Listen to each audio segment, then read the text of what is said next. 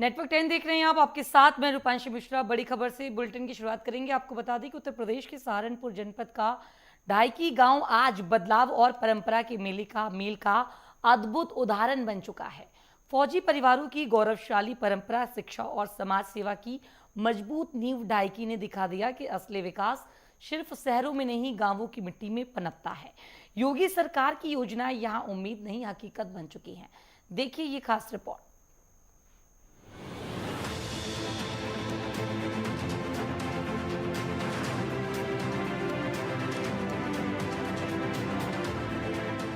उत्तर प्रदेश की धरती आज सिर्फ विकास की नहीं, संस्कारों और संकल्पों की भी पहचान बन चुकी है। और इस बदलाव की अगुवाई कर रहे हैं मुख्यमंत्री योगी आदित्यनाथ, जिनके नेतृत्व में गांव-गांव में नई चेतना की लहर दौड़ रही है। योजनाएं अब कागजों से निकलकर खेत खलिहानों तक पहुंची हैं और संकल्प अब सिर्फ भाषणों तक नहीं, जमीन पर साकार हो रहे हैं। ऐसे ही बदलाव की चमक बिखेरता है सहारनपुर जनपद का एक प्रेरक गांव ढाईकी, जो सिर्फ एक गांव नहीं बल्कि नई सोच, नई पीढ़ी और नई परंपराओं का जीवंत उदाहरण बन गया है। नेटवर्क 10 के खास कार्यक्रम ग्रामीण भारत स्पेशल के तहत हमारी टीम पहुंची इस गांव में, जहां देशभक्ति विरासत में है, समाज सेवा परंपरा में है और विकास गांव की पहचान बन चुका है। गांव में सबसे पहले मुलाकात हुई रिटायर्ड मेजर रकम सिंह से। उन्होंने बताया कि गांव की 3 पीढ़ियां सेना में सेवाएं दे चुकी हैं। उनके पिताजी, फिर वह स्वयं और उनके 5 बेटों में से 2 आज भी सेना में कार्यरत हैं। यह परंपरा गांव की देशभक्ति भावना को दर्शाती है। सहारनपुर के गंगो ब्लॉक के गांव ढाईकी में पहुंचे हैं। नेटवर्क 10 की विशेष जो कार्यक्रम है ग्रामीण भारत, उसके तहत जानते हैं गांव की क्या विशेषताएं हैं, क्या गांव में प्रमुख कार्य होते हैं, क्या यहाँ के लोगों का सामाजिक कार्य है। यह जानने के लिए गांव में पहुंचते हैं और गांव के लोगों से बातचीत करेंगे। मैं एक्स सूबेदार रकम सिंह गांव ढाईकी का रहने वाला हूं और बाणू सिंह मेरे पिताजी का नाम है। वो भी एक आर्मी में बड़े रैंक पे थे और फिर हम 3 भाई आर्मी में चले गए। टोटल हम 7 भाई हैं। फिर हमने 5 बच्चों को आर्मी में भेजा। हम मिला करके 9 आदमी एक ही घर के आर्मी के अंदर सर्विस किया, जिसमें 2 अभी रिटायर होने बाकी हैं, बाकी सब रिटायर होकर के आ गए हैं। और पिताजी थे हमारे अंग्रेजों के टाइम के थे, वो सन 36 में भर्ती हुए थे। उन्हें सन 65 की लड़ाई में दोबारा बुला लिया था। आज़ाद हिंद फौज में भी रहे और भारत की तरफ से वो एक बार बाहर सेना भेजी थी, उसमें भी उन्होंने भाग लिया था। यह गांव सिर्फ फौज नहीं, स्वतंत्रता संग्राम में भी पीछे नहीं रहा। पदम सिंह ने बताया कि उनके चाचा स्वतंत्रता सेनानी पवन सिंह थे, जो बाद में ब्लॉक प्रमुख बने। वहीं उनके पिताजी बाबूराम ने 35 वर्षों तक गांव के प्रधान रहते हुए सेवा की। मेरे परिवार से पहले तो बाबा जी रहे, चौधरी चूहड़ सिंह थे, और वो भी 1942 से लेके 1952 तक उस टाइम डिस्ट्रिक्ट बोर्ड के मेंबर रहे। उसके बाद फिर हमारे चाचा जी थे, पवन सिंह प्रमुख थे। वो निज़ाम हैदराबाद जो थे, उन्होंने हिंदुओं के अधिकार देने बंद कर दिए थे। उस वक्त वो हिंदुओं के अधिकार नहीं देते थे, तो उसमें वो निज़ाम की जेल में बंद रहे।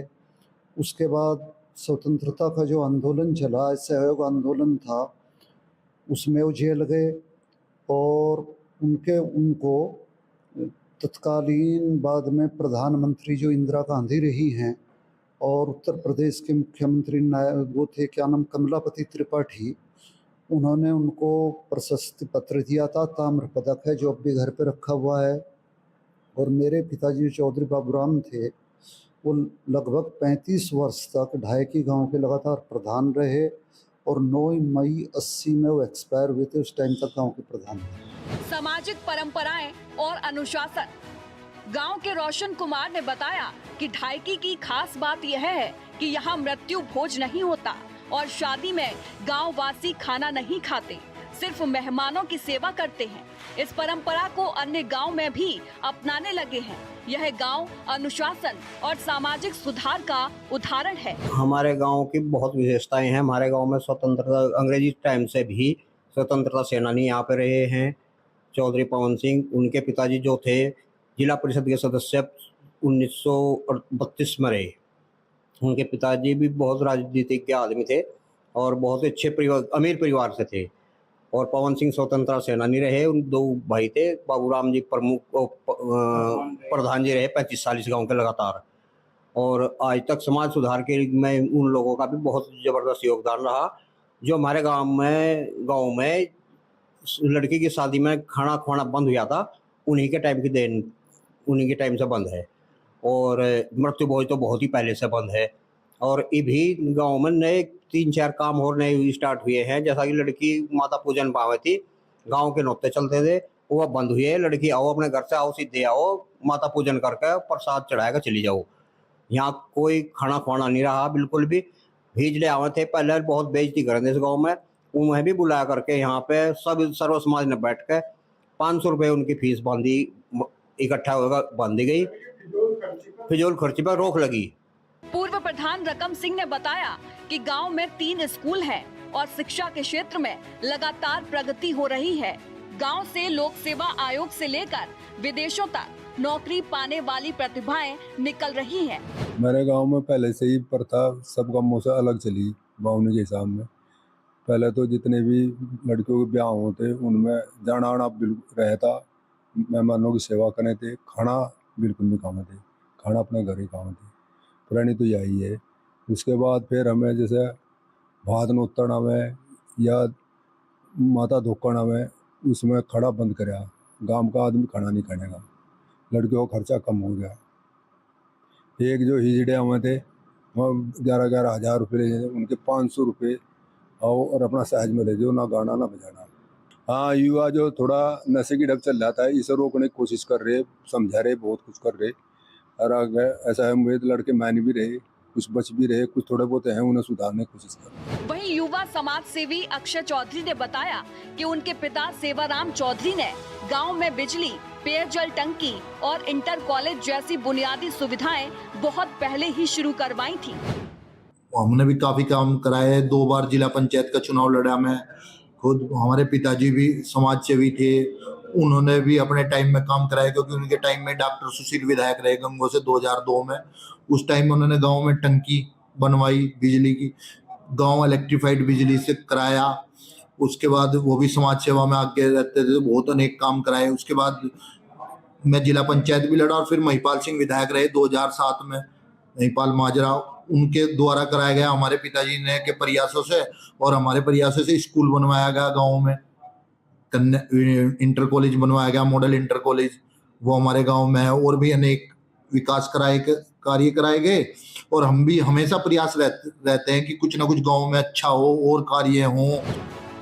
गांव के वरिष्ठ समाज सेवी कंवल सिंह, प्रमोद कुमार, अजय कुमार जैसे नाम भी गांव की उन्नति में सक्रिय योगदान दे रहे हैं।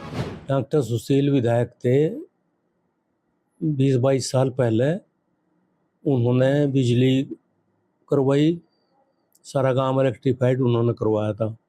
उसके बाद फिर उन्होंने टंकी का भी प्रपोजल उन्हीं का है, लिख कर दे दिया था। अगर मेरी निधि से पैसे काट लिए जाएं। बिजली में भी यही कराया था, 2 ट्रांसफार्मर के पैसे उसके निधि तक कटे थे। उसके बाद महिपाल सिंह बने 2007 में, उन्होंने स्कूल, इंटर कॉलेज उन्होंने दिया। मायावती का राज था, बसपा तो बने थे वहाँ, तो इंटर कॉलेज चल रहा है बहुत बढ़िया, तो उन्होंने बनवाया था सारा।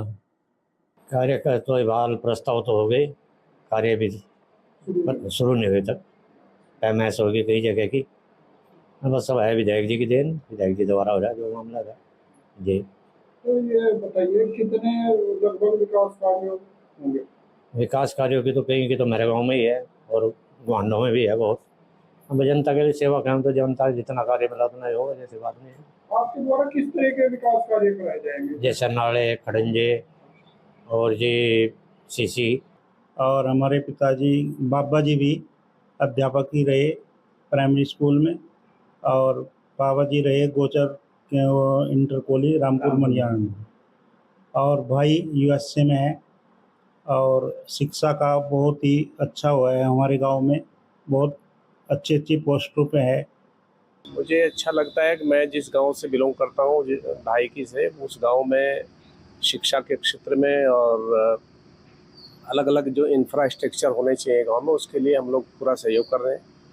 पिछले काफ़ी लंबे समय से, जैसे अपने गांव में इंटर कॉलेज है, राजकीय पंडित दीनदयाल उपाध्याय राजकीय मॉडल स्कूल इंटर कॉलेज है, उसमें भी मैंने काफ़ी सहयोग किया है जितना हमसे बन पाया। गांव वालों का बहुत सहयोग रहा है। आज वो इंटर कॉलेज है जहाँ पर हमारी बच्ची और हमारे बच्चे जो नहीं जा सकते कई बार, वो उसमें एजुकेशन ले रहे हैं। उसके साथ साथ अभी गांव में एक सोसाइटी का मामला है, उसको भी प्रयास है कि गांव में एक सोसाइटी जाए ताकि किसानों को अपने खाद वाद के लिए कहीं दूसरी जगह जाना पड़ता है, दूसरी सोसाइटी में वहाँ ना जाना पड़े। और कुछ सड़कें अभी है मन में, कुछ गाँव की सड़कें मैं माननीय PWD राज्य मंत्री से मिलूँगा। तो आपने देखा किस तरीके से लोगों ने बताया कि यहाँ के लोग बाग फौज तक में भर्ती रहे हैं, फौज में कार्य किए हैं, तो वहीं सामाजिक कार्यों में भी बढ़ चढ़कर हिस्सा लेते हैं। गांव में जो कुरीतियाँ थी उनको भी कैसे दूर किया गया है। साथ ही जो बड़े उच्च पदों पर हैं, यहाँ से बाहर विदेश तक युवा रहते हैं, तो इस तरीके की कई सामाजिक कार्य गाँव ढाईकी में देखे गए हैं। ढाईकी गांव आज उस भारत की तस्वीर है जो परंपरा और परिवर्तन के बीच संतुलन बनाए हुए है, जहां फौज में जाना सम्मान है, समाज सेवा एक मिशन है और शिक्षा एक संकल्प। यह गांव दिखाता है कि विकास सिर्फ बजट और योजनाओं से नहीं, सोच और संस्कार से भी होता है। सहज जीवन शैली, उच्च सोच और अनुशासित परंपराएं इस गांव को बाकी गांव से अलग बनाती हैं। ढाईकी ने सिद्ध किया है कि यदि नेतृत्व मजबूत हो और समाज साथ चले तो कोई गांव पिछड़ा नहीं रह सकता। यही है ग्रामीण भारत की असली पहचान।